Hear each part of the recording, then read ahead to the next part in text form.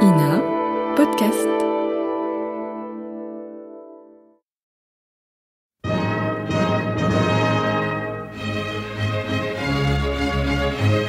Bon baiser de partout.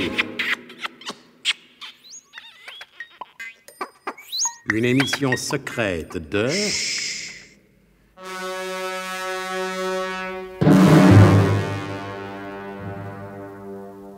Donc, après leur expédition sous-marine et polaire, l'abominable Zorbeck le Gras et le non moins abominable Wilhelm Ferntag ont regagné le somptueux bureau qu'ils occupent au dernier étage d'un luxueux immeuble des Champs-Élysées.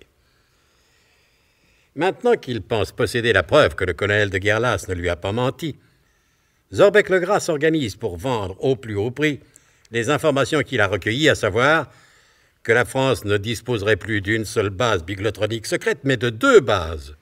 L'une située à Mudjaflik, une petite île au nord-ouest de l'Islande, et l'autre au Kerguelen. Alors, Ferntag, ces photographies, qu'est-ce que ça donne? Résultat tout à fait sensationnel, Ah Zorbeck. bon? Jamais les photographies n'ont été aussi nettes. Ah. D'ailleurs, regardez vous-même. Merci.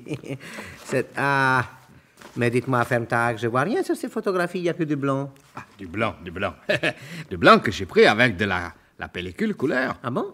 Ce sont des photographies en couleur, Zorbeck. Ça vaut plus cher. Non, mais les biglotrons, où est les biglotrons? Sous la neige, Zorbeck. Rappelez-vous quand nous sommes arrivés là-bas, cette formidable tempête de neige. Ah oui, après tout, vous avez raison, Ferntag. Les services secrets étrangers, de toute façon, n'y verront que du bleu. Bon, vous avez préparé les stencils pour les circulaires? Natürlich, Zorbeck. Je les ai déjà expédiés un peu partout à nos correspondants de la CIA, du NKVD, du PIDE, des MI5, enfin, tous les services secrets. Eh bien voilà, à présent, il ne nous reste plus qu'à attendre. Mais j'aime mieux vous dire que ce sont des documents qui valent cher. Vous voyez, Zorbeck, selon vos instructions... Oui, bien sûr. J'ai tiré un autre jeu de photos, mais en les cadrant autrement, pour faire croire qu'elles avaient été prises au Kerguelen, Ah, bon. où ne nous sommes pas allés. Si vous voulez jeter un coup d'œil. Oui, pardon. Ah oui, ce sont exactement les mêmes. Hein? Absolument pas, Zorbeck. L'éclairage est différent. Ah bon? Le soleil n'occupe pas la même place au pôle sud qu'au pôle nord. Tiens. Au pôle nord, le soleil est en haut. Ah. Bon, alors au pôle sud, le soleil est en bas, forcément. C'est ça, oui. C'est à l'université d'Heidelberg que vous avez appris des trucs pareils. Non, C'est ça. Zorbeck, tout le monde sait ça. Oui, enfin, de toute manière, ça n'a pas d'importance. Les 2 jeux de photos sont rigoureusement identiques. C'est une série de photos blanches. Ah, C'est tout, que voilà, voulez-vous, c'est Zorbeck? Ce n'est pas ma faute si les 2 biglotrons sont rigoureusement identiques. Eh bien, je vais vous surprendre, mais pour une fois, Ferntag, vous avez raison, tout à fait raison. Dankeschön, Voilà, Zorbeck. il est content. Allez faire une bise. Vous reconnaissez enfin mes vrais mérites. Oh. Mais de toute manière, quand vous vous mettez en colère contre moi, je ne vous en veux pas. Oh, mais c'est bien aimable à vous, mon bon Non, Ferntag. je ne vous en veux pas. Et je me console en pensant à l'expression française bien connue. Voilà, je savais que ça arriverait, ça. Bon, eh ben, attendez, laissez-moi me caler dans mon fauteuil. Voilà, c'est fait. Bon, je suis bien assis. Vous voulez un coussin? Non, ça va. J'ai plus de famille, j'ai pas besoin de coussin. Bon, j'écoute avec tout le respect et le recueillement désirable votre expression typiquement française. Oui, alors là, vous ne trouverez rien à redire et je suis sûr de ne pas me tromper. Parfait. Le proverbe français dit... Oui. La solive de la grenouille ne peut pas atteindre le pigeon blanc. Vous avez dit la solive ou les solives? Hein? Qu'est-ce que vous dites de ça? Non, mais je vous demande, c'est la solive. La solive. La solive, c'est ça, oui. Alors, je comprends rien pour le moment, alors j'attends la traduction. Mais quelle traduction, Zorbeck? Il n'y a pas de traduction. Non, écoute, allons, Alors, mon bon Ferntag. C'est bien parce que je suis dans un très bon jour. Mais je vous assure que la solive de la grenouille, ça veut absolument rien dire.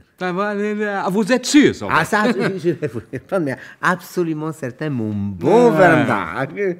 Ah, so! Je crois vous avez raison, Zorbeck. Ce n'est pas la solive, c'est la salive. Ah, La salive de la grenouille. c'est ça, et vous êtes sûr que c'est la grenouille? Ah, nein, Zorbeck, ça me revient maintenant. C'est la salive du crapaud. Ah, vu, cette fois j'ai compris, ça y est, c'est pas la salive du crapaud d'ailleurs. Zorbeck, je vous assure. Alors là, il s'agit bien d'un crapaud. Non, écoutez, vous me laissez finir, s'il vous plaît, vous permettez? C'est la bave du crapaud. Ah, Zorbeck, Ah, c'est so. ça même. La bave du crapaud ne peut pas atteindre le pigeon blanc. Ouais, c'est... Ah, si. Ah, vous avez raison, ma douce colombe. Quelques minutes plus tard, alors que les circulaires de Zorbeck-Legras n'étaient pas encore expédiées, avertie par ce sixième sens qui est propre aux agents de renseignement de grande classe, la comtesse Wanda Volkamilkevitch, veuve du général Alexis Vodkamilkevitch, née Catherine Legrumeau, se faisait annoncer chez Zorbeck-Legras. Entrez, ma chère comtesse, entrez. Je ne vous dérange pas, moi, mon cher ami. Oh, comtesse, vous savez bien que vous êtes toujours la bienvenue et vous pouvez frapper à ma porte jour et nuit. La nuit surtout, si le cœur vous en dit. Ah, Zorbeck. Je n'ai pas oublié ces nuits ensorcelantes sur les bords du Nil, comtesse. Taisez-vous, Zorbeck. Ce n'est pas pour évoquer ce passé qui, pour moi, est vraiment du passé que je suis venue vous voir. Dommage, comtesse, dommage. Asseyez-vous. Je vous écoute quand même. J'ai appris que vous disposiez des photographies des 2 bases biglothroniques secrètes nouvellement installées en remplacement de l'ancienne base de l'atoll Ondulera. Ah, mais comment avez-vous appris cela, chère comtesse? Je viens à peine de rédiger les circulaires et elles viennent d'être à peine postées. Comment avez-vous appris? Qu'importe, mon cher ami, qu'importe. Je le sais. Et entre nous, jouons carte sur table, je vous le déclare tout net, le document m'intéresse combien? Ah, belle comtesse, combien? Pourquoi n'avez-vous pas un peu plus d'imagination? Ça mériterait à vos yeux de passer pour un grossier personnage. Dois-je comprendre que... Mais oui, comtesse. Oh, oui. Oui, ça signifie sans doute que nous ne sommes pas d'accord sur les termes du marché. Je suis prête à payer ce document un bon prix, mais pas n'importe quel prix. Oui, ben, ce n'était pas n'importe quel prix, comtesse. N'en parlons plus, voulez-vous? J'ai grand peur qu'avec la gifle, le prix ne s'en trouve soudain beaucoup plus élevé. Dites un chiffre, Zorbeck. Mais peu importe le chiffre, comtesse, ce qui compte, ce sont les zéros qu'on met après. Alors, combien de zéros? Combien de zéros? 20. C'est beaucoup. C'est beaucoup. Non, comtesse, non. Le document, comme vous dites pudiquement, n'est-ce pas? Je vous en fais cadeau. Les 20 zéros, c'était pour la gifle. Dans ce cas, rendez-moi la gifle et n'en parlons plus. Artour, Zorbeck, Artour. Écoute, Arthur, voilà, il était là, toujours là, celui-là. Bon, vous êtes gentil, vous disparaissez, j'ai pas besoin de vous pour mener à bien cette tractation. Allez. Non, Zorbeck, j'y resterai. J'ai eu assez de mal à faire ces photographies. Je ne vous laisserai pas en faire cadeau à la première venue. Ferme ta, taisez-vous maintenant, hein? Vous devenez grossier. La comtesse Wanda Vodkamilkevitch n'est pas la première venue. Ça m'est égal, je reste. Et s'il y a une gifle à rendre, c'est moi qui je vais la rendre. Dans ce cas, je préfère sortir mon carnet de chèques. Voilà, j'étais sûr que nous arriverions à nous entendre. Alors, que voulez-vous, belle comtesse? Les photographies prises au pôle Nord ou celles prises au pôle Sud? Ni les unes, ni les autres. Ces photographies ne m'intéressent pas. Je ne veux même pas les voir. Ce qui m'intéresse, ce sont les relevés exacts des endroits où sont situées les 2 bases. Ah bon? Vous ne réclamez donc pas l'exclusivité. Je peux vendre les photographies à d'autres services. Que je vous y autorise ou non, de toute manière, c'est ce que vous auriez fait, alors. Vous avez raison, belle comtesse. Mais si vous ne voulez que les coordonnées géographiques des 2 bases, vous pouvez enlever 5 zéros de votre chèque. 3 seulement. Disons 4 et n'en parlons plus. C'est entendu, belle comtesse. Alors, je dis au porteur le chèque comme d'habitude. Et sur une banque de Zurich, comme d'habitude, Zorbeck, vous me prenez pour qui? Non, excusez-moi, belle comtesse, mais la présence de mon associé me rend toujours un peu nerveux. Ferme tac. Donnez donc à la comtesse les 2 cartes marines où sont indiquées les coordonnées des 2 bases.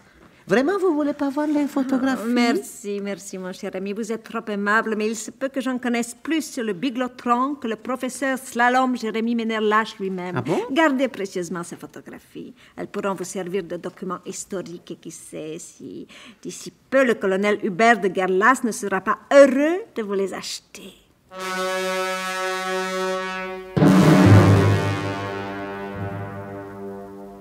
Pour quelle raison la comtesse Wanda Vodkamilkevitch, veuve du général comte Alexis Vodkamilkevitch, née Catherine Legrumeau, ne s'intéresse-t-elle qu'aux coordonnées géographiques des 2 bases secrètes? Pour le compte de quel service secret la jolie comtesse travaille-t-elle?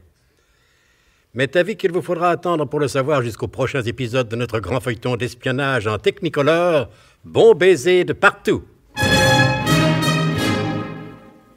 C'était Bon baiser de partout. Une émission secrète de... Pierre Dac et Louis Rognoni. Avec Anne Capril, Roger Carrel, Claude Dasset, Alain Roland.